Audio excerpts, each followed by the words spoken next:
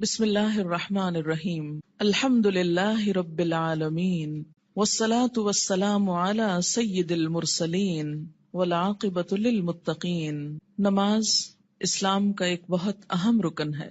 اللہ تعالیٰ کی یاد اور اللہ تعالیٰ سے تعلق قائم کرنے کا بہت بڑا ذریعہ ہے۔ نبی اکرم صلی اللہ علیہ وسلم نے نماز کو اپنی آنکھوں کی ٹھنڈک قرار دیا۔ نماز کا وقت ہوتا تو آپ صلی اللہ علیہ وسلم حضرت بلال رضی اللہ تعالی عنہ کو ان الفاظ کے ساتھ آذان دینے کا حکم فرماتے: اقم الصلاۃ یا بلال ارحنا بہا، اے بلال ہمیں نماز سے راحت پہنچاؤ۔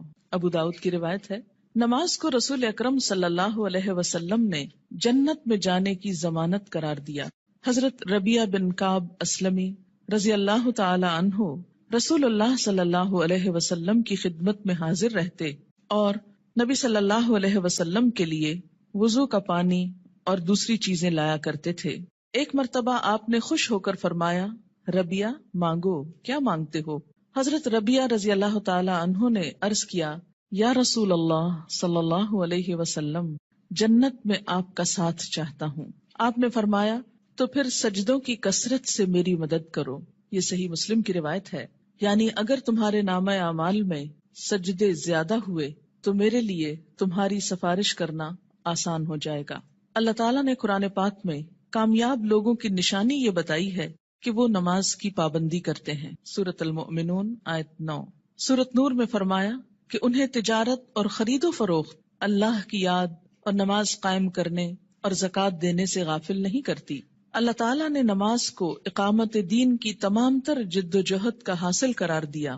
ارشاد باری تعالیٰ ہے: اگر ہم انہیں زمین میں اقتدار بخشیں، یعنی مسلمان زمین میں عروج کو پہنچے، طاقتور ہوں، تو وہ نماز قائم کریں گے، یعنی لوگوں کو اللہ کے آگے جھکائیں گے، زکوٰۃ ادا کریں گے، نیکی کا حکم دیں گے اور برائی سے منع کریں گے۔ یہ ایک اسلامی حکومت کی بنیادی خصوصیات ہیں۔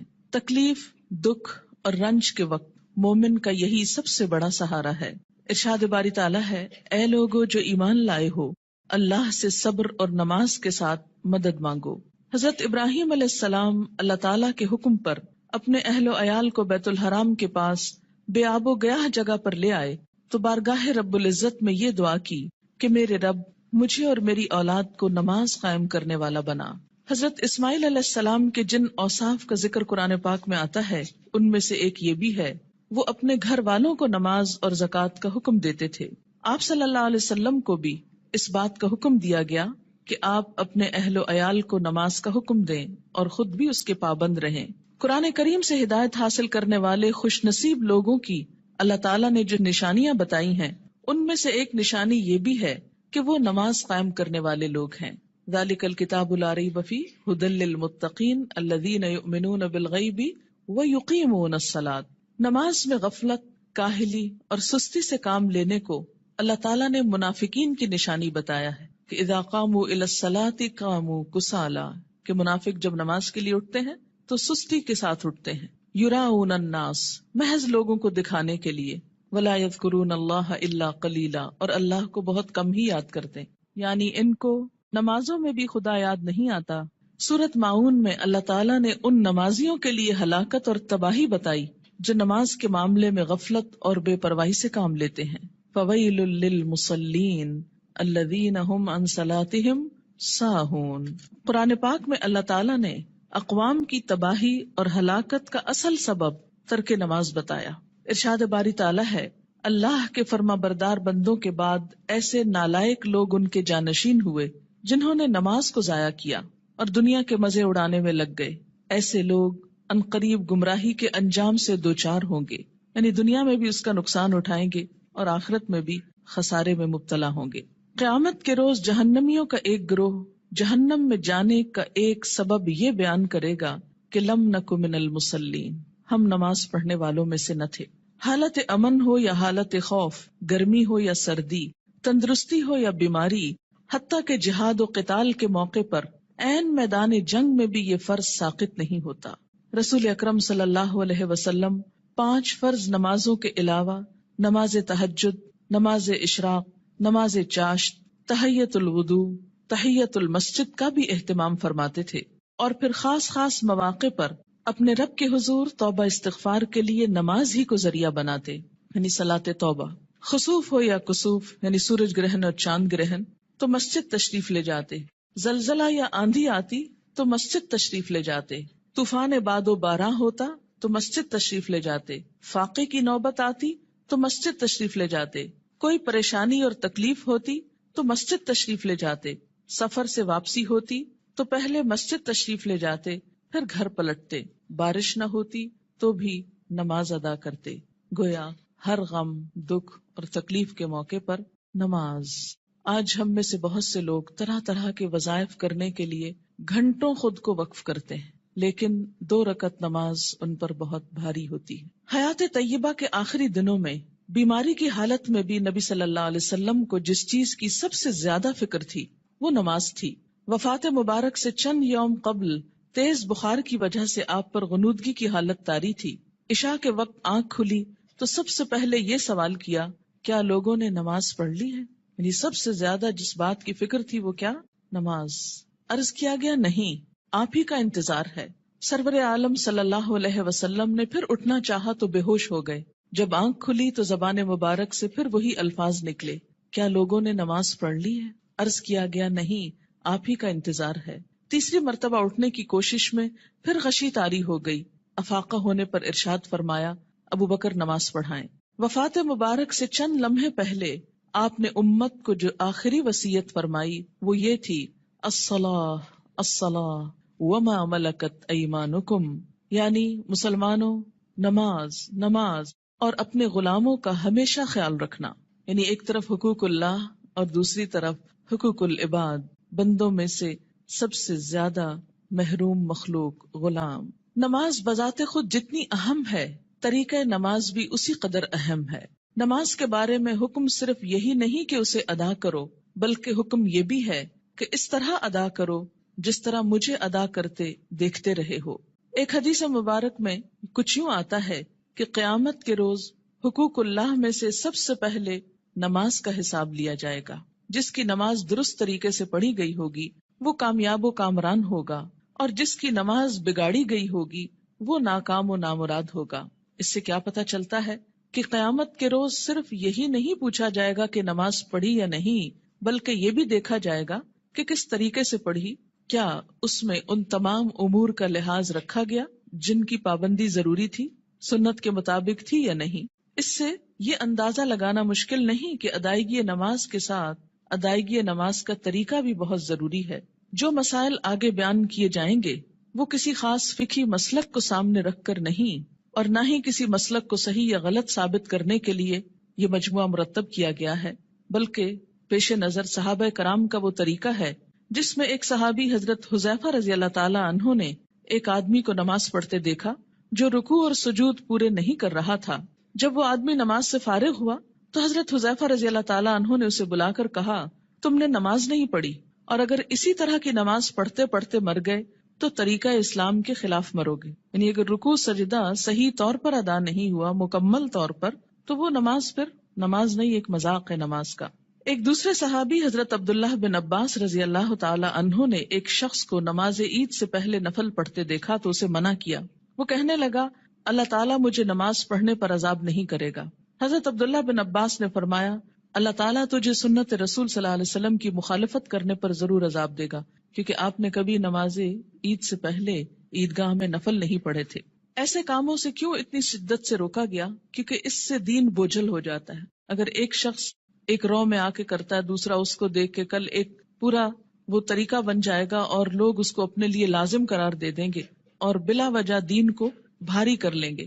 ایک اور صحابی حضرت عمارہ بن ربیبہ رضی اللہ تعالی عنہ نے خطبہ جمعہ کے دوران حاکم وقت کو ممبر پر ہاتھ بلند کرتے دیکھا تو کہا، اللہ خراب کرے ان ہاتھوں کو، میں نے رسول اللہ صلی اللہ علیہ وسلم کو دیکھا ہے کہ اس سے زیادہ نہ کرتے تھے۔ یعنی جمعے کے خطبے کا بھی ایک خاص سٹائل ہونا چاہیے، اور اپنی انگشت شہادت سے اشارہ کیا کہ انگلی سے زیادہ آپ خطبے کے دوران ہاتھوں کو نہیں اٹھاتے تھے۔ آج آپ دیکھیے سنت کی جو مخالفت ہوتی ہے تو اس کا نتیجہ کیا نکلا ہے کہ لوگ دین سے ہی بھاگنا شروع ہو گئے، کیونکہ بتانے والوں کا انداز اور سٹائل اور بیٹھنا اور گفتگو کرنا یہ سب کچھ دین کے یا حق میں جاتا ہے یا خلاف جاتا ہے۔ سنت رسول صلی اللہ علیہ وسلم سے محبت کا یہی جذبہ ہم سب کا مذہب ہے، اور اسی جذبے کے تحت یہ احادیث پیش کی جا رہی ہیں۔ صحابہ کرام کے مذکورہ بالا طرز عمل سے یہ بھی معلوم ہوتا ہے کہ جن مسائل کو ہم فروعی، اختلافی اور غیر اہم سمجھتے ہوئے نظر انداز کر دیتے ہیں، صحابہ کرام کے نزدیک ان کی کتنی اہمیت تھی۔ حقیقت یہ ہے کہ جو شخص رسول اللہ صلی اللہ علیہ وسلم کے اس فرمان مبارک سے آگاہ ہے، من رغب عن سنتی فلیس منی، یعنی جس شخص نے میری سنت اختیار کرنے سے گریز کیا وہ مجھ سے نہیں، وہ کسی بھی سنت کو معمولی اور غیر اہم سمجھ کر نظر انداز کرنے کی جسارت نہیں کر سکتا۔ ہمارے ہاں یہ ٹرینڈ بہت عام ہو گیا ہے کہ جو تو قرآن میں لکھا ہے یا جو فرض کے درجے میں ہے وہ تو ہم کر لیں، اور سنت وہ تو معمولی چیز ہے، کوئی فرض تھوڑی ہے۔ اور ہم نے دیکھا ہے سعودی عرب میں لوگ ایسا نہیں کرتے اور فلاں ملک کے لوگ ایسا نہیں کرتے۔ تو یاد رکھیے کہ ہمارے لیے نہ سعودی عرب کے لوگ کوئی مثال ہیں اور نہ کسی اور ملک کے، ہمارے لیے تو مثال 1400 سال پیچھے جاتی ہے نبی اکرم صلی اللہ علیہ وسلم کی ذات میں۔ سب سے پہلے نماز کے لیے نیت کا درست ہونا ضروری ہے، کیونکہ نیت کے بغیر اگر کوئی شخص وہ تمام ایکشنز کرے جو نماز کے ہوتے ہیں تو اس کی نماز نہ ہوگی۔ کسی بھی عمل کے اجر و ثواب کا دار و مدار نیت پر ہے۔ حضرت عمر بن خطاب رضی اللہ تعالی عنہ کہتے ہیں، میں نے رسول اللہ صلی اللہ علیہ وسلم کو فرماتے ہوئے سنا کہ اعمال کا دار و مدار نیت پر ہے، ہر شخص کو وہی ملے گا جس کی اس نے نیت کی، لہٰذا جس نے دنیا حاصل کرنے کی نیت سے ہجرت کی اسے دنیا ہی ملے گی، جس نے کسی عورت سے نکاح کرنے کی غرض سے ہجرت کی اسے عورت ہی ملے گی، بس مہاجر کی ہجرت کا صلہ وہی ہے جس کے لیے اس نے ہجرت کی۔ یعنی ہجرت جیسا بڑا نیکی کا کام بھی زیادہ فائدہ مند نہیں اگر اللہ کے لیے نہ ہو۔ فتنہ دجال سے بھی بڑا فتنہ دکھاوے کی نماز ہے، دکھاوے کی نماز۔ عن ابی سعید رضی اللہ عنہ قال خرج علینا رسول اللہ صلی اللہ علیہ وسلم ونحن نتذاکر المسیح الدجال فقال الا اخبرکم بما هو اخوف علیکم عندی من المسیح الدجال فقلنا بلا یا رسول اللہ صلی اللہ علیہ وسلم قال الشرک الخفی ان یقوم الرجل فیصلی فیزید صلاته لما یرى من نظر رجل رواہ ابن ماجہ۔ حضرت ابو سعید رضی اللہ عنہ کہتے ہیں کہ ہم مسیح دجال کا ذکر کر رہے تھے، اتنے میں رسول اللہ صلی اللہ علیہ وسلم تشریف لائے اور فرمایا، کیا میں تمہیں دجال کے فتنے سے زیادہ خطرناک بات سے آگاہ نہ کروں؟ ہم نے عرض کیا، ضرور یا رسول اللہ صلی اللہ علیہ وسلم۔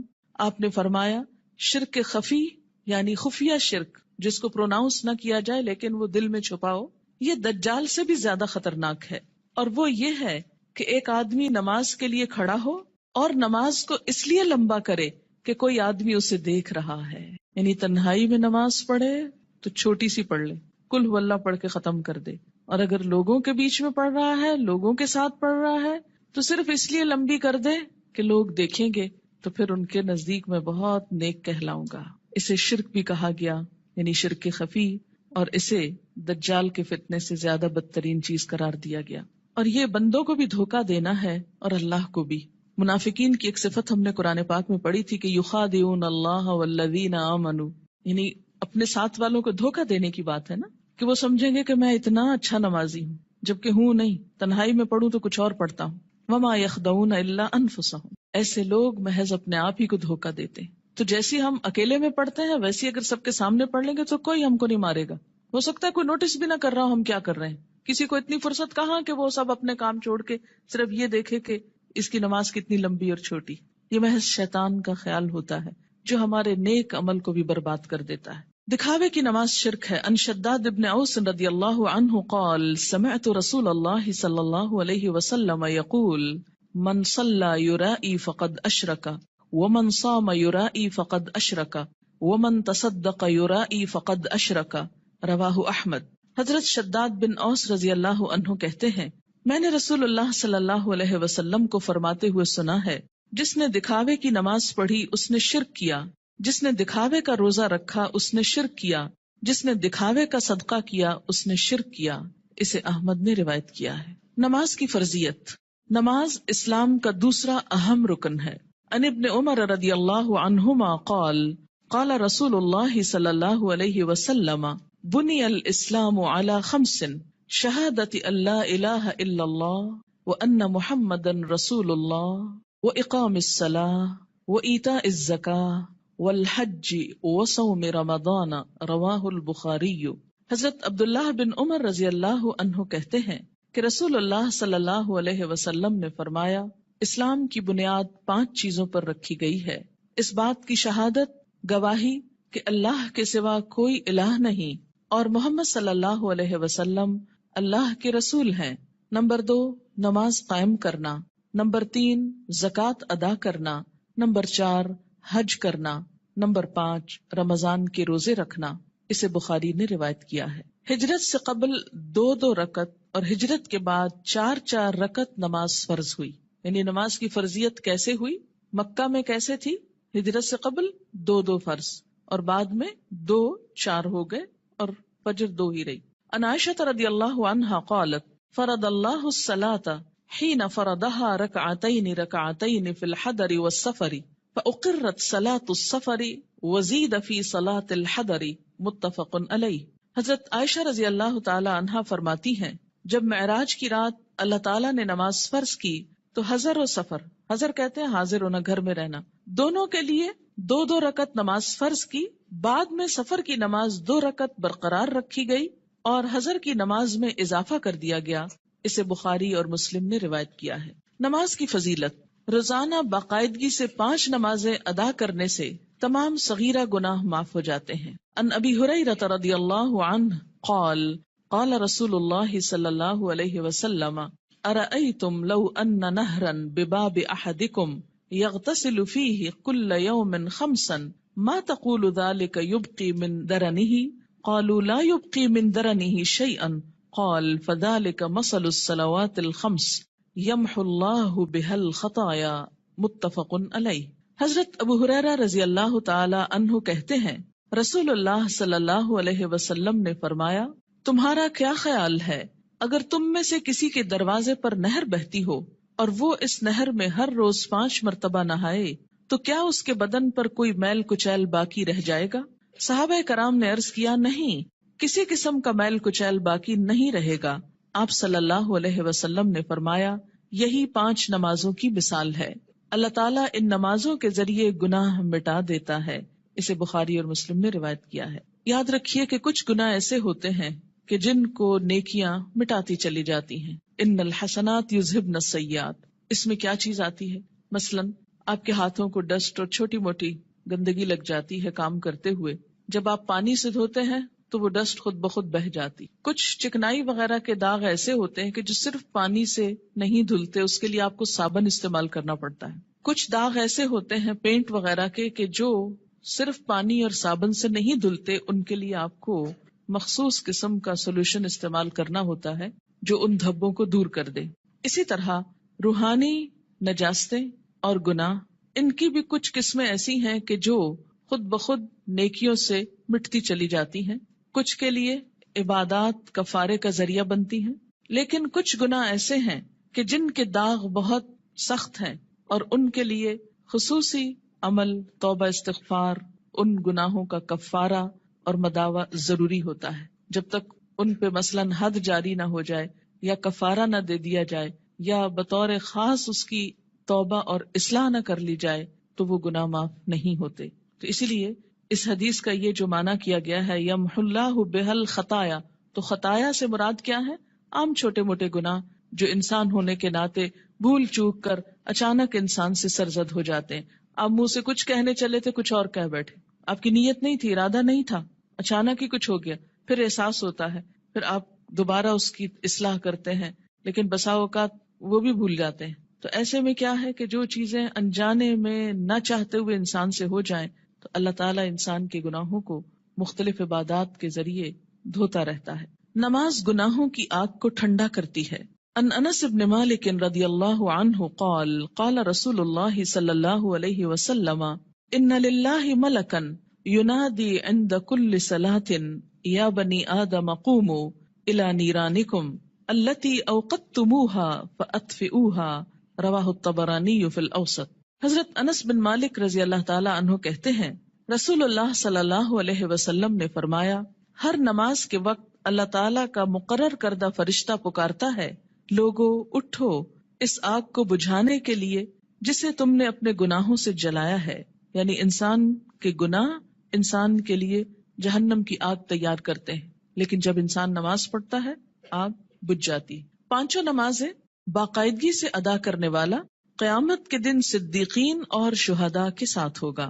ان عمر ابن مرۃ الجہنی رضی اللہ عنہ قال جاء رجل الى النبی صلی اللہ علیہ وسلم فقال یا رسول اللہ ارأیت ان شہدت ان لا الہ الا اللہ وانک رسول اللہ وصلیت الصلوات الخمس وادیت الزکاة وصمت رمضان وقمته فممن انا قال من الصدیقین والشہداء رواہ ابن حبان۔ حضرت عمر بن مرہ جہنی رضی اللہ تعالی عنہ کہتے ہیں کہ ایک آدمی نبی اکرم صلی اللہ علیہ وسلم کی خدمت میں حاضر ہوا اور عرض کیا یا رسول اللہ بتائیے اگر میں گواہی دوں کہ اللہ کے سوا کوئی الہ نہیں، آپ اللہ کے رسول ہیں، اور پانچوں نمازیں ادا کروں، زکوٰۃ دوں، رمضان کے روزے رکھوں اور رمضان میں قیام بھی کروں یعنی تراویح بھی پڑھوں، تو میرا شمار کن لوگوں میں ہوگا؟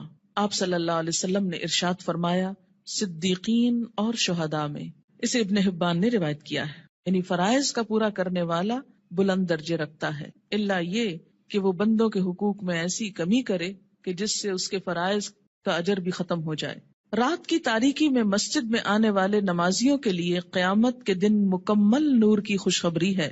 ان بریدہ رضی اللہ عنہ ان النبی صلی اللہ علیہ وسلم قال بشر المشائین فی الظلم الى المساجد بالنور التام یوم القیامہ رواہ ابو داود والترمذی۔ حضرت بریدہ رضی اللہ تعالی عنہ روایت کرتے ہیں کہ نبی اکرم صلی اللہ علیہ وسلم نے فرمایا اندھیرے میں مسجدوں کی طرف چل کر جانے والوں کو قیامت کے دن مکمل روشنی کی خوشخبری دے دو۔ یہ تو آپ سب جانتے ہیں نا کہ حشر کے میدان میں بہت اندھیرا ہوگا، لیکن کچھ لوگوں کے پاس نور ہوگا، کچھ کے پاس ہوگا پھر چھین لیا جائے گا منافقوں سے۔ اور یہ نور کون سا نور ہوگا؟ انسان کے اپنے اعمال کا، اور اس نور کو بڑھانے والی چیز نماز ہے، اور خصوصاً رات کے اندھیرے میں مسجد جانے والوں کے لیے خوشخبری ہے۔ عورتوں کے لیے گھر میں ہی یہ نماز پڑھنے کا اجر ہے، اور اگر وہ مسجد نہیں بھی جا پاتی تو انشاءاللہ پابندی سے نماز ادا کرنے کی صورت میں وہ اس اجر سے محروم نہیں رہیں گی۔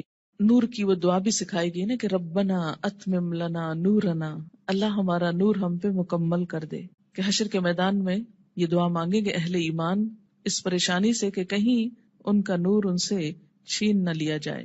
مسجد میں آنے والے نمازی اللہ کے ملاقاتی ہیں جن کی اللہ تعالیٰ عزت فرماتا ہے۔ وَأَن سلمان رضی اللہ عنہ ان النبی صلی اللہ علیہ وسلم قال من تودأ فی بیتہ فاحسن الوضوء ثم اتى المسجد فهو زائر اللہ وحق علی المزور ان یکرم الزائر رواہ الطبرانی۔ حضرت سلمان رضی اللہ تعالی عنہ سے روایت ہے کہ نبی اکرم صلی اللہ علیہ وسلم نے فرمایا جس نے اپنے گھر میں اچھی طرح وضو کیا اور پھر مسجد میں آیا وہ اللہ کا ملاقاتی ہے، اور میزبان کے لیے ضروری ہے کہ وہ اپنے ملاقاتی کی عزت کرے۔ قیامت کے دن ایسے لوگوں کو عزت کے ساتھ جنت میں رکھا جائے گا، عزت کا لباس پہنایا جائے گا اور عزت کا مقام دیا جائے گا۔ وَلَهُمْ أَجْرٌ کریم کی جو بات آتی ہے، کریم عزت والا۔ نماز کی اہمیت۔ بے نماز کا انجام قارون، فرعون، حامان اور ابی بن خلف کے ساتھ ہوگا۔ ان عبداللہ بن عمرو بن العاص رضی اللہ عنہما ان النبی صلی اللہ علیہ وسلم انہ ذکر الصلاة یوما فقال من حافظ علیہا كانت له نورا وبرهانا ونجاة يوم القيامة ومن لم يحافظ عليها لم يكن له نورا ولا برهانا ولا نجاة وكان يوم القيامة مع قارون وهامان وفرعون وأبي بن خلف رواه ابن حبان۔ حضرت عبداللہ بن عمرو بن العاص رضی اللہ تعالی عنہ کہتے ہیں کہ نبی اکرم صلی اللہ علیہ وسلم نے ایک دن نماز کا ذکر کرتے ہوئے فرمایا جس شخص نے نماز کی حفاظت کی اس کے لیے نماز قیامت کے روز نور، برہان اور نجات کا سبب ہوگی، اور جس نے نماز کی حفاظت نہ کی اس کے لیے نہ نور ہوگا، نہ برہان، نہ نجات۔ نیز قیامت کے روز اس کا انجام قارون، فرعون، حامان اور ابی ابن خلف کے ساتھ ہوگا۔ اسے ابن حبان نے روایت کیا ہے۔ یہاں پر نماز کی حفاظت کا ذکر ہے، پابندی وقت بھی مراد ہے، رکوع اور سجود وغیرہ کی حفاظت بھی، اپنے دل اور خیالات کی حفاظت بھی، طہارت کی حفاظت بھی، تو ایسی نماز پڑھنے والے کی اللہ تعالیٰ بھی حفاظت فرمائیں گے، اور قیامت کے دن اس کے لیے یہ نماز سراسر فائدے کا سبب ہوگی۔ اور اگر نہیں تو ایسا شخص فرعون، قارون، جو مال کی محبت میں گرفتار تھا، کیونکہ عموماً انسان نمازوں کی پرواہ کیوں نہیں کرتا؟ مال کی محبت میں گرفتار ہو کر۔ فرعون حکومت اور جاہ و مال کی وجہ سے، تکبر کی وجہ سے۔ حامان جو اس کا مشیر تھا، جو فرعون کی خوشنودی حاصل کرنے کے لیے اسی کے دین پر تھا اور اسی کا مددگار اور وزیر تھا۔ آج بھی دنیا میں بہت سے ایسے لوگ ہیں جو اپنے بڑوں کی خوشنودی حاصل کرنے کے لیے اپنے کسی باس کی یا کسی بڑے کی اس کا کام کرتے کرتے یا اس کی خوشامد کرتے کرتے اللہ تعالیٰ کا یہ حق بھول جاتے ہیں۔ اور اسی طرح ابی ابن خلف اسلام دشمنوں میں سے تھا، یعنی ایسا شخص جو نماز کی حفاظت نہ کرے، پھر اسے صدیقین اور شہداء کے ساتھ ہونے کی بجائے ایسے مجرموں کے ساتھ رکھا جائے گا۔ اسلام اور کفر کے درمیان حد فاصل نماز ہے۔ عن جابر رضی اللہ عنہ قال قال رسول اللہ صلی اللہ علیہ وسلم بین الرجل وبین الشرک والکفر ترک الصلاۃ، رواہ مسلم۔ حضرت جابر رضی اللہ عنہ سے روایت ہے کہ رسول اللہ صلی اللہ علیہ وسلم نے فرمایا، آدمی اور شرک یا کفر کے درمیان حد فاصل ترک نماز ہے، یعنی نماز کا پڑھنا یا چھوڑنا اس کو ایک طرف یا دوسری طرف لے آتا ہے۔ اسے مسلم نے روایت کیا ہے۔ مثلاً ایک شخص مسلمان ہے، اسلام کی حفاظت میں ہے، یہ حفاظت جو ہے یہ نماز کے ساتھ ہے، یا یوں کہیے کہ نماز ہی کی یہ باؤنڈری۔ جب کوئی شخص نماز نہیں پڑھتا، اس عہد کو توڑتا ہے تو وہ کٹ جاتی ہے ڈور جس سے وہ محفوظ تھا، اور اس کے بعد وہ اسلام کی حدوں سے نکل کر کفر کے قریب ہو جاتا ہے یا اس میں داخل ہو جاتا ہے۔ 10 برس کی عمر میں اگر بچہ نماز کا عادی نہ بنے تو اسے مار کر نماز پڑھوانی چاہیے، یعنی سختی کی جا سکتی ہے۔ عن عمرو بن شعیب عن ابیہ عن جدہ رضی اللہ عنہما قال قال رسول اللہ صلی اللہ علیہ وسلم مروا اولادکم بالصلاۃ وهم ابناء 7 سنین واضربوهم علیہا وهم ابناء 10 سنین وفرقوا بینہم فی المضاجع، رواہ ابو داود۔ حضرت عمر اپنے باپ شعیب سے اور شعیب اپنے دادا عبداللہ بن عمرو بن عاص سے روایت کرتے ہیں کہ رسول اللہ صلی اللہ علیہ وسلم نے فرمایا، جب تمہارے بچے 7 برس کے ہو جائیں تو انہیں نماز پڑھنے کا حکم دو، جب 10 برس کے ہو جائیں اور نماز باقاعدگی سے نہ پڑھیں تو نماز پڑھانے کے لیے انہیں مارو، نیز 10 برس کی عمر کے بچوں کو علیحدہ علیحدہ بستروں پر سلاؤ۔ اسے ابو داؤد نے روایت کیا ہے۔ 10 سال کی عمر تک بچے کی عادتیں پختہ ہو جاتی، اگر اس عمر میں والدین کچھ محنت کر لیں، تکلیف کر لیں تو باقی زندگی میں پھر آسانی ہو جائے گی، کیونکہ والدین سے پوچھا جائے گا بچوں کی تربیت کے بارے میں۔ قرآن پاک میں اللہ تعالیٰ فرماتے ہیں، یا ایھا الذین آمنوا قوا انفسکم واہلیکم نارا، اے لوگو جو ایمان لائے ہو، بچاؤ اپنے آپ کو اور اپنے اہل و عیال کو آگ سے۔ ہم سمجھتے ہیں ایمان اور آگ، ہم نے تو کلمہ پڑھ لیا، ہمیں آگ کیوں چھوئے گی؟ اللہ تعالیٰ ایمان والوں ہی سے فرما رہے ہیں کہ اپنے آپ کو اور اپنے بچوں کو، بیوی کو، گھر والوں کو، اہل و عیال کو آگ سے بچاؤ، یعنی ان کی اسلامی خطوط پر تربیت کرو تاکہ وہ اللہ کے بندے بن کر زندگی بسر کر سکیں۔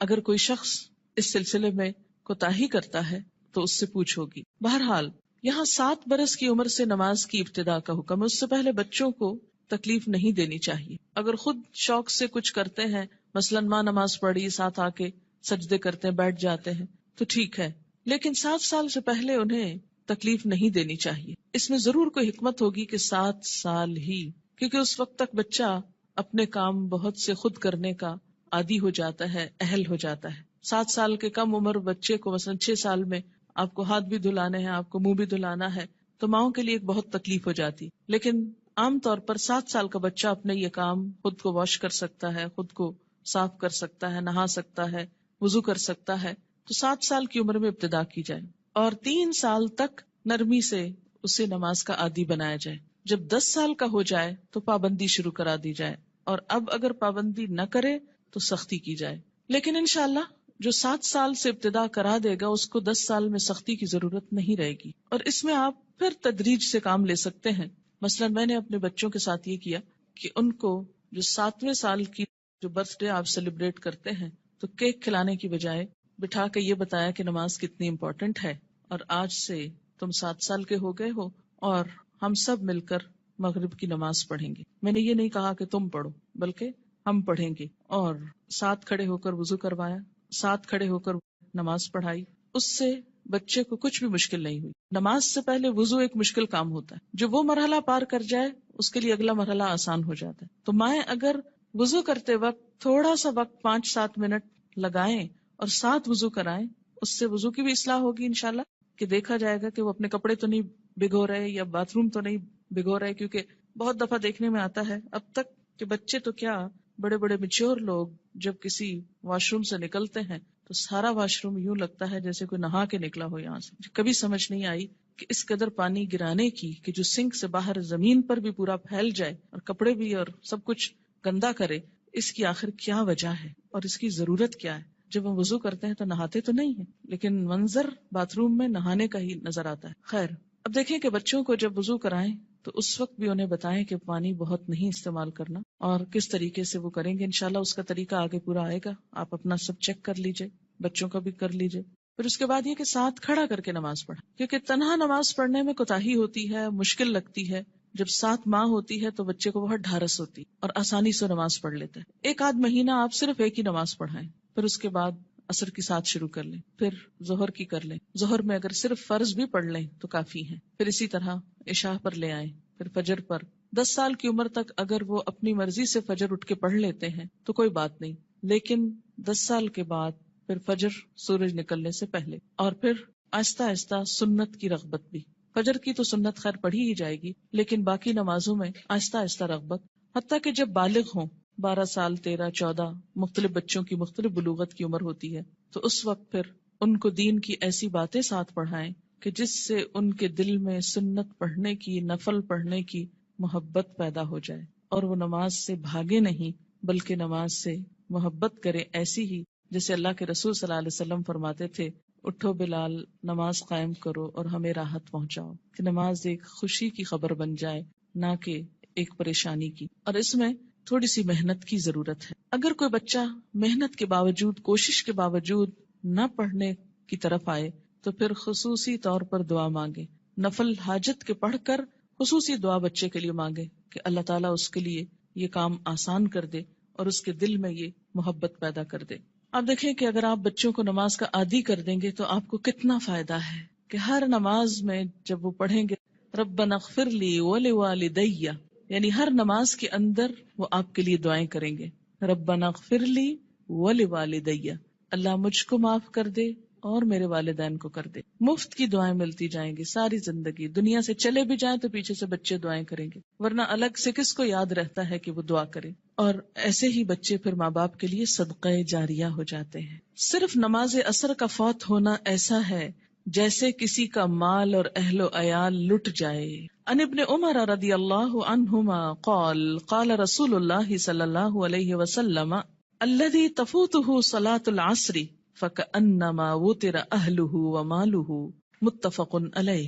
حضرت عبداللہ بن عمر سے روایت ہے، رسول اللہ صلی اللہ علیہ وسلم نے فرمایا، جس شخص کی نماز عصر فوت ہو جائے اس کی حالت اس شخص کی طرح ہے جس کا اہل و عیال اور مال و اسباب ہلاک ہو گیا ہو. صرف نماز عصر قضا کرنا ایسا ہے گویا کسی کا گھر گر جائے، بال بچے سب مر جائیں اس میں اور پورا مال بھی تباہ ہو جائے، یا گھر والوں سمیت گھر کو آگ لگ جائے اور ہر چیز راکھ ہو جائے. ایسا حادثہ اگر کہیں ہو جائے تو انسان دنوں یاد رکھتا ہے، لیکن نماز قضا کر کے کتنا دکھ اور تکلیف ہم محسوس کرتے ہیں وہ ہم سب اپنے دلوں سے پوچھ سکتے ہیں. یہ نقصان دنیا میں نظر نہیں آتا اس لیے دکھ بھی نہیں ہوتا، آخرت کے دن یہ نقصان نظر آئے گا اور تلافی کی کوئی صورت نہ ہوگی، کوئی موقع نہ ہوگا.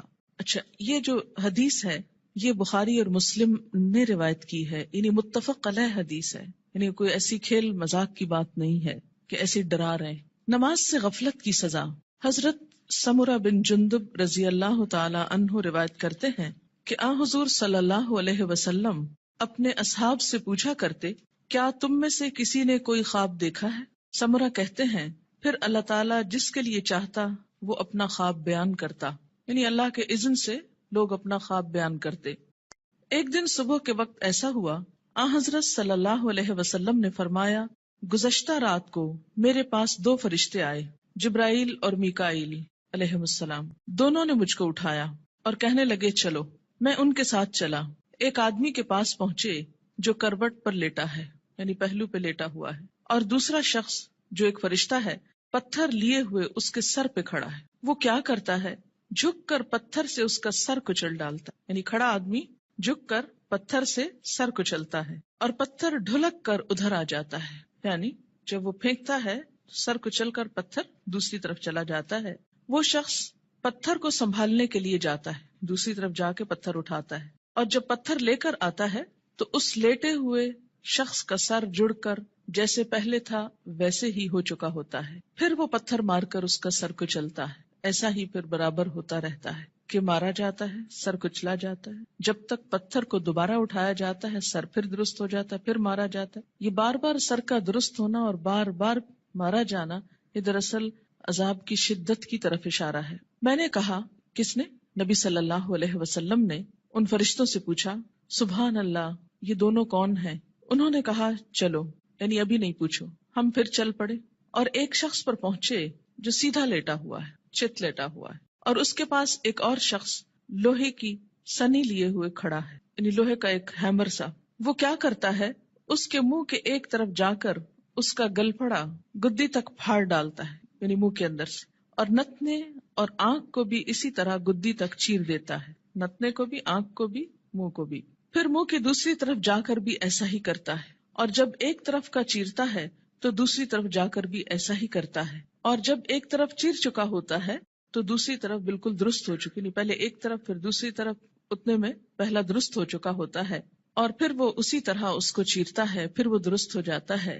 ایسا ہی برابر ہو رہا ہے. میں نے اپنے ساتھ والے فرشتوں سے پوچھا سبحان اللہ، یہ دونوں کون ہیں؟ انہوں نے کہا چلو چلو، یعنی ابھی آگے چلتے ہیں، ابھی نہ پوچھو. خیر پھر ہم تینوں چلے. ایک گڑھے پر پہنچے جو تندور کی طرح تھا. سمرہ بن جندب رضی اللہ تعالی عنہ کہتے ہیں میں سمجھتا ہوں کہ حضور صلی اللہ علیہ وسلم نے یہ بھی فرمایا اس تندور میں غل اور شور ہو رہا تھا. ہم نے جو جھانک کر دیکھا تو اس میں مرد اور عورتیں ہیں، لیکن سب ننگے، اور جب ان کے نیچے سے آگ کی لپٹ ان پر آتی ہے تو چلاتے ہیں. میں نے اپنے ساتھ والے فرشتوں سے پوچھا یہ کون لوگ ہیں؟ انہوں نے کہا چلو، یعنی ابھی آگے چلتے ہیں. خیر پھر ہم تینوں چلے اور ایک ندی پر پہنچے. سمرہ کہتے ہیں میں سمجھتا ہوں کہ حضرت صلی اللہ علیہ وسلم نے فرمایا اس کا پانی، ندی کا پانی خون کی طرح سرخ تھا، اور ایک شخص اس ندی میں تیر رہا تھا. ندی کے کنارے ایک اور شخص کھڑا تھا جس نے اپنے سامنے بہت سے پتھر اکٹھے کر رکھے تھے. یہ شخص جو ندی میں تیر رہا تھا تیرتے تیرتے اس کنارے والے شخص کے پاس آتا اور اپنا منہ کھول دیتا. وہ اس کے منہ میں ایک پتھر دے دیتا، پھر ندی میں چل دیتا، پھر لوٹ کر آتا تو کنارے والا شخص ایک اور پتھر اس کے منہ میں دے دیتا. غرض جب وہ لوٹ کر آتا یہی ہوتا. میں نے اپنے ساتھ والے فرشتوں سے پوچھا یہ دونوں کون ہیں؟ انہوں نے کہا چلو چلو چلو چلتے ہیں. خیر پھر ہم تینوں چلتے چلتے ایک نہایت بدصورت بد شکل مرد کے پاس پہنچے، بہت ہی بدصورت جو تم نے کبھی بھی دیکھا ہو. وہ کیا کر رہا تھا؟ آگ سلگا رہا تھا اور اس کے گرد دوڑ رہا تھا. میں نے اپنے ساتھ والے فرشتوں سے پوچھا یہ کون ہے؟ انہوں نے کہا چلو چلتے ہیں. پھر ہم تینوں چلے. چلتے چلتے ایک بہت گھنے سبز باغیچے پر پہنچے. اس میں ہمہ قسم کے پھول تھے، یعنی ہر طرح کے پھول تھے. اس کے بیچوں بیچ ایک لمبے قد کا آدمی تھا، اتنا لمبا کہ مجھ کو اس کا سر دیکھنا مشکل ہو گیا، اور اس کے گرد بہت سے لڑکے جمع ہیں. اتنے لڑکے میں نے کبھی نہیں دیکھے. میں نے اپنے ساتھ والے فرشتوں سے پوچھا یہ لمبا شخص کون ہے اور یہ لڑکے کون ہیں؟ انہوں نے کہا چلو چلتے ہیں، ابھی نہ پوچھو. خیر پھر ہم تینوں چلے اور ایک بڑے باغ پر پہنچے. ایسا بڑا باغ اور عمدہ باغ میں نے کبھی نہیں دیکھا. میرے ساتھ والے فرشتوں نے مجھ سے کہا اس باغ میں ایک درخت تھا، اس پر چڑھ جا. ہم تینوں اس پہ چڑھ گئے اور جاتے جاتے ایک شہر پر پہنچے جو سونے چاندی کی اینٹوں سے بنایا گیا تھا. ہم نے اس شہر کے دروازے پر آ کر دروازے کو کھلوایا. دروازہ کھولا گیا، ہم اس کے اندر گئے. وہاں ہم کو ایسے آدمی ملے کہ ان کا آدھا دھڑ تو نہایت خوبصورت، بہت ہی خوبصورت جو کبھی تم نے دیکھا ہو، اور آدھا بدصورت. میرے ساتھ والے فرشتوں نے ان سے کہا جاؤ اس ندی میں گر پڑو، غوطہ لگاؤ. وہاں ایک اور ندی دکھائی دی جو چوڑائی میں بہ رہی تھی. اس کا پانی دودھ کی طرح سفید تھا. غرض یہ آدمی اس ندی میں کود پڑے. پھر جو لوٹ کر ہمارے پاس آئے تو ان کی بدصورتی جاتی رہی، ان کا پورا جسم خوبصورت ہو گیا۔ اب میرے ساتھ والے فرشتے کہنے لگے یہ شہر جنت العدن ہے، قرآن پاک میں آتا ہے نا جنات و عدن، ہمیشہ رہنے والا باغ، ایور گرین، اور یہی تمہارا مقام ہے۔ میری آنکھ جو اوپر اٹھی تو کیا دیکھتا ہوں، ایک محل ہے سفید ابر کی طرح، یعنی بادل کی طرح۔ ان فرشتوں نے کہا یہ تمہارا گھر ہے۔ میں نے کہا اللہ تم کو برکت دے، مجھ کو چھوڑو میں اپنے گھر میں جاؤں۔ انہوں نے کہا نہیں، ابھی تم اس گھر میں نہیں جا سکتے، لیکن بعد میں تم اس میں داخل ہوگے۔ میں نے کہا اچھا خیر، اس رات کو میں نے جو عجیب عجیب باتیں دیکھی تو ان کی حقیقت بیان کرو۔ انہوں نے کہا ہاں، اب ہم تم سے ان کی حقیقت بیان کرتے ہیں۔ پہلا شخص جو تم نے دیکھا جس کا سر پتھر سے کچلا جا رہا تھا، یہ وہ شخص ہے جس نے قرآن سیکھ کر اس کو چھوڑ دیا تھا۔ فرض نماز کا وقت قضا ہو جاتا اور وہ سویا رہتا۔ یعنی ایک ہی شخص کے دو عیب تھے، نمبر ایک قرآن سیکھ کر اس کو چھوڑ دیا، یعنی پھر ویسا ہی ہو گیا جیسے اس نے کبھی اس کو پڑھا ہی نہ تھا، اور دوسرا قصور فرض نماز کا وقت قضا ہو جاتا اور وہ سویا رہتا، جیسے فجر کے وقت نہ اٹھنا خاص طور پر۔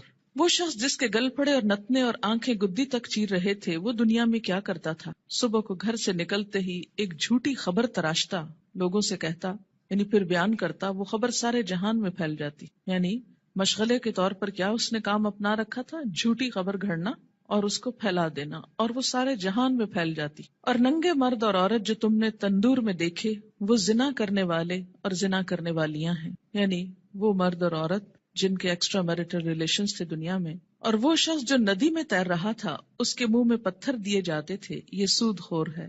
اور وہ بدصورت شخص جو آگ سلگا رہا تھا اور اس کے گرد دوڑ رہا تھا، وہ دوزخ کا داروغہ ہے۔ اس کا نام کیا ہے؟ قرآن پاک میں کیا آتا ہے؟ مالک، مالک نامی۔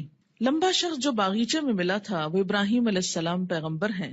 ان کے گرد وہ لوگ ہیں جو اسلام کی فطرت پر مرے، یعنی توحید پر۔ سمرہ کہتے ہیں بعض مسلمانوں نے آپ صلی اللہ علیہ وسلم سے عرض کیا، یا رسول اللہ صلی اللہ علیہ وسلم، اور مشرکوں کے بچے جو نابالغ مرتے ہیں وہ بھی ان میں داخل ہیں؟ آپ نے فرمایا ہاں، مشرکوں کے بچے بھی، کیونکہ ہر بچہ فطرت پر پیدا ہوتا ہے نا، جب تک اس کا شعور اپنا نہیں جاگ جاتا۔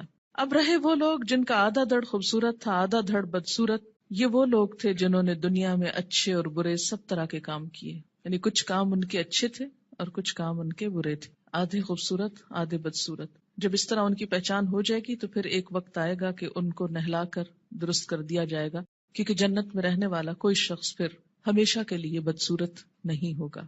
اب دیکھیں کہ دنیا میں اگر کسی کا ناک اس کی پسند کا نہ ہو، یا چہرے پہ داغ ہو، یا کچھ بھی ہو، یا اگر پاؤں خوبصورت نہ ہو، تو کس قدر شرمندگی محسوس کرتا رہتا ہے، احساس کمتری میں مبتلا ہو جاتا ہے۔ جنت میں اگر کچھ عرصہ بھی ایسا لوگوں کے بیچ میں رہنا پڑے کہ آدھا دھڑ خوبصورت ہو اور آدھا بدصورت ہو، تو کس قدر شرمندگی کی بات ہے۔ اس لیے انسان کے جتنے بھی اعمال ایسے ہوں جو بدصورت کرنے والے ہوں، اس کو ان کو چھوڑ کر خوبصورت کی طرف پلٹنے کی ضرورت ہے۔ بخاری کی یہ روایت ہے، طویل روایت، جس کا ایک حصہ فرض نماز کے بارے میں ہے۔ یاد رکھیے انبیاء علیہم السلام کی خواب وحی کا ایک ذریعہ ہوتا ہے، اور یہ خواب آپ صحابہ کے بیچ میں بیان کر رہے ہیں اور سکھانے کا ایک طریقہ ہے۔ انبیاء علیہم السلام کو وحی بسا اوقات خواب میں بھی آتی۔ حضرت عائشہ رضی اللہ تعالی عنہا کا بیان ہے کہ نبی صلی اللہ علیہ وسلم پر وحی آنے کی ابتدا ہی سچے خوابوں سے ہوئی تھی۔ انبیاء علیہم السلام کے خواب بھی سچے ہوتے ہیں، اور خواب میں بھی جو سین ان کو دکھائے جاتے ہیں، جو باتیں ان کو دکھائی جاتی ہیں، وہ بالکل سچ ہوتی ہیں، حقیقت۔ تو یہاں پر آپ صلی اللہ علیہ وسلم کو بذریعہ خواب دکھایا گیا کہ ایک شخص ہے جس کا سر پتھر سے کچلا جا رہا ہے اور پھر ٹھیک ہو جاتا، اور پھر اب آپ دیکھیے کہ جو شخص قرآن یاد کر کے بھلا دیتا ہے، ایک تو حافظ کا انجام بتایا گیا۔ میں آپ لوگوں کو یہ نصیحت کروں گی کہ جب تک بچوں کا اپنا رجحان نہ ہو، اپنا شوق نہ ہو، خدا کے لیے ان کو حفظ نہ کرائیں۔ کیوں؟ اس لیے کہ وہ ماں باپ کے کہنے میں آ کے کر تو لیتے ہیں لیکن بعد میں اس کی حفاظت نہیں کرتے۔ ماں باپ کیوں اتنا اصرار کرتے ہیں ان کو حفظ کرانے پر؟ ریسنٹلی مجھے کسی نے بتایا کہ وہ خود نماز نہیں پڑھتے لیکن بچوں کو حفظ کرانے کا بہت شوق رکھتے ہیں۔ میں نے کہا ایسی بھی کیا بات ہوئی؟ اس لیے کہ وہ یہ چاہتے ہیں کہ بچے ان کو بخشوا سکیں، بچے حافظ بن جائیں اور ماں باپ کی بخشش کرا سکیں۔ تو جہاں اپنی بخشش کے لیے خود تو نماز پڑھی نہ جائے لیکن بچوں کو حافظ بنا دیا جائے، تو وہ بچے بھی کتنا یاد رکھیں گے، اور باپ کو سوتے دیکھیں ساری زندگی تو وہ کتنی نماز پڑھیں گے اور کتنا قرآن پڑھیں گے، تو اللہ ہی جانتا ہے۔ اللہ تعالیٰ یخرج الحی من المیت و یخرج المیت من الحی، زندہ سے مردہ اور مردہ سے زندہ کو نکالتا ہے، بے عمل سے باعمل بچے کو پیدا کر سکتا ہے، یہ اس کی شان ہے. لیکن ہم اپنی کوششوں کو بھی دیکھیں کہ ہم کیا کر رہے ہیں. اور اس میں فرض نماز پڑھے بغیر سو جانا میں فجر کی نماز بھی ہو سکتی ہے اور عشاء بھی ہو سکتی ہے، یا پھر ظہر پڑھے بغیر سو جانا، یا پھر عصر کے لیے اٹھنا ہی نہیں، سوئے چلے جانا. نماز فجر اور عشاء کے لیے مسجد میں نہ آنا نفاق کی علامت ہے. باجماعت نماز نہ پڑھنے والے لوگوں کے گھروں کو رسول اکرم صلی اللہ علیہ وسلم نے جلانے کا ارادہ فرمایا. عن ابی ہریرہ رضی اللہ عنہ قال قال رسول اللہ صلی اللہ علیہ وسلم لیس صلاة اسقل علی المنافقین من الفجر والعشاء ولو يعلمون ما فيهما لآتوهما ولو حبوا لقد هممت ان آمر المؤذن فيقيم ثم آمر رجلا يؤم الناس ثم آخذ شعلا من نار فأحرق على من لا يخرج إلى الصلاة بعد. متفق علیہ. حضرت ابو ہریرہ رضی اللہ تعالی عنہ کہتے ہیں کہ رسول اللہ صلی اللہ علیہ وسلم نے فرمایا، منافقوں پر فجر اور عشاء کی نماز سے زیادہ بھاری کوئی نماز نہیں ہے. اگر انہیں پتہ چل جائے کہ دونوں نمازوں کا ثواب کتنا زیادہ ہے تو ان دونوں نمازوں میں ضرور آتے، خواہ گھٹنوں کے بل ہی آنا پڑتا. چل نہ سکتے تو رینگ کر آتے، جیسے بچے رینگتے ہیں، کرال کرتے ہیں، کرال کرتے ہوئے آتے. میں نے ارادہ کیا کہ مؤذن کو حکم دوں وہ اقامت کہے، پھر ایک آدمی کو حکم دوں کہ وہ لوگوں کی امامت کرائے، اور خود آگ کا ایک شعلہ لے کر